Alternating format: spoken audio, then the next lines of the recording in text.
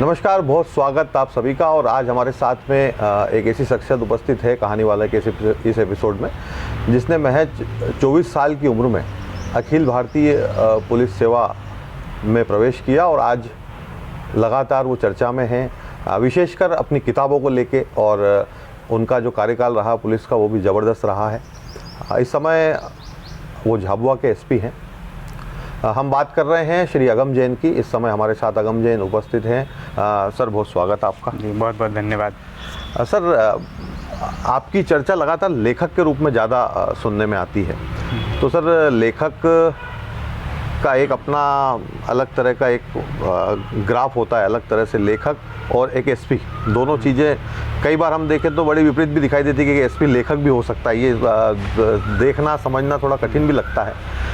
इन सारे सवालों पे हम जाएंगे, लेकिन सबसे पहले सर आपसे ये जानेंगे कि आप कहाँ के रहने वाले हैं और आपका जन्म कहाँ हुआ सर? मैं उदयपुर राजस्थान का रहने वाला हूँ और मेरी जो प्रारंभिक शिक्षा है वो राजस्थान में हुई है। मेरे फादर जो हैं वो गवर्नमेंट जॉब में हैं और उसके कारण से उनके लगातार, वो भी शिक्षक हैं और उनके कई ट्रांसफ़र्स हुए, तो उन्हीं के साथ मेरी भी अलग अलग जगह स्कूली शिक्षा हुई। कोटा में, बांसवाड़ा में, उदयपुर में। और फिर उसके बाद में मैंने अलीगढ़ जा कर के वहाँ पर एक इंस्टीट्यूट है मंगलायतन, वहाँ जा कर के अपनी आगे की पढ़ाई की, डीपीएस में स्कूलिंग की। और फिर उसके बाद में मैंने एग्ज़ाम दिया। तो सर, हम अगर ये बात करें कि परिवार की अगर हम बात करें तो परिवार में सर कौन कौन है आपके लिए? हाँ, मेरे परिवार में मेरे माता पिता हैं, दादी हैं और मेरी वाइफ हैं और मेरी बहन है। तो हम सब लोग हैं। मेरी बहन अभी असिस्टेंट प्रोफेसर हैं जयपुर में, संस्कृत यूनिवर्सिटी में। अरे वाह। और मेरे माता पिता दोनों उदयपुर में रहते हैं और वो पिताजी तो जैसा मैंने आपको बताया कि शिक्षक हैं। हाँ, और उसके बाद मेरी माताजी भी एक संस्था देखती हैं, शैक्षणिक संस्था है, उसमें लगभग 100 बच्चियाँ रहती हैं और वो वहाँ पर रह कर के पढ़ती हैं। भारतीय संस्कृति के साथ में अच्छी से अच्छी शिक्षा भी ले सकें, इस प्रकार का वो प्रयास है, जिसमें अभी ये कहाँ, किस जगह है सर? ये उदयपुर में है। अच्छा, वहीं प्रॉपर उदयपुर में है। पूरे लोगों के सहयोग से ही ये चलता है, कोई व्यक्तिगत किसी का नहीं है, एक संस्थान है। जी। और उसमें 100 बच्चियाँ रहती हैं, पढ़ती हैं और भारतीय संस्कृति से जुड़ती हैं। मतलब शिक्षा की अगर बात करें तो शिक्षा का एक एटमॉस्फेयर परिवार में शुरू से ही? जी, बचपन से ही शिक्षा का एटमॉस्फेयर रहा, ऐसा ही वातावरण रहा। क्योंकि पिताजी और मेरी माँ भी पहले बहुत समय उन्होंने भी पढ़ाया है, वो पीएचडी होल्डर भी हैं। तो इस तरह से बचपन से ही पढ़ाई का माहौल तो घर में रहा ही। इसीलिए पढ़ने में अच्छे रहे आप? अब ऐसा कह भी सकते हैं, लेकिन हाँ, मतलब घर में ऐसा माहौल था तो उसमें ढलते चले गए। सर, लगातार एक पुलिस ऑफिसर रूप में बहुत सारी ड्यूटी होती है कि अपराधों पे लगाम लगाना, कई सारे टास्क भी होते हैं। लेकिन ये देखने में आया जैसे आपने जब भगोरिया में यहाँ शुरू हुआ तो आपका और आपकी धर्मपत्नी का एक वीडियो भी हम लोगों के पास भी आया था। इसमें पारंपरिक परिधानों में आप बैठे हैं, तो संस्कृति से जुड़ाव तो आपका दिख ही रहा है। लेकिन इस संस्कृति के लिए कुछ प्रयास आपने शुरुआत में किए, जिसमें आप कई गांव में गए और लोगों से बात की, लोगों को जागरूक किया। और कुछ उदाहरण ऐसे आए जिसमें लगा कि लोग ऐसी कुरीतियां हैं जिनसे बाहर भी निकल रहे हैं और कुछ ऐसी चीज़ें हैं जिनसे उनकी संस्कृति और अच्छी, बेहतर हो रही है, सुंदर हो रही है, विवाद कम हो रहे हैं।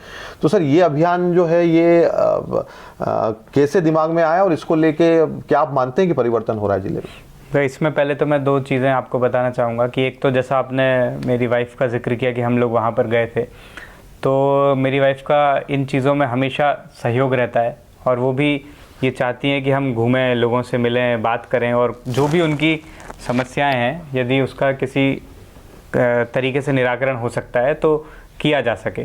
तो हम कोशिश करते हैं कि यदि हम लेजर पीरियड भी है, जैसे कि हम लोग शाम को घूमने ही निकले हैं, तो यहाँ पर ना घूमते हुए कोई ऐसी जगह जाकर के घूमें जहाँ पर हम कुछ ऐसी व्यवस्थाओं को देख सकें जिसमें कुछ सुधार किया जा सकता है, या अच्छी व्यवस्था है तो उससे कुछ सीखा जा सकता है।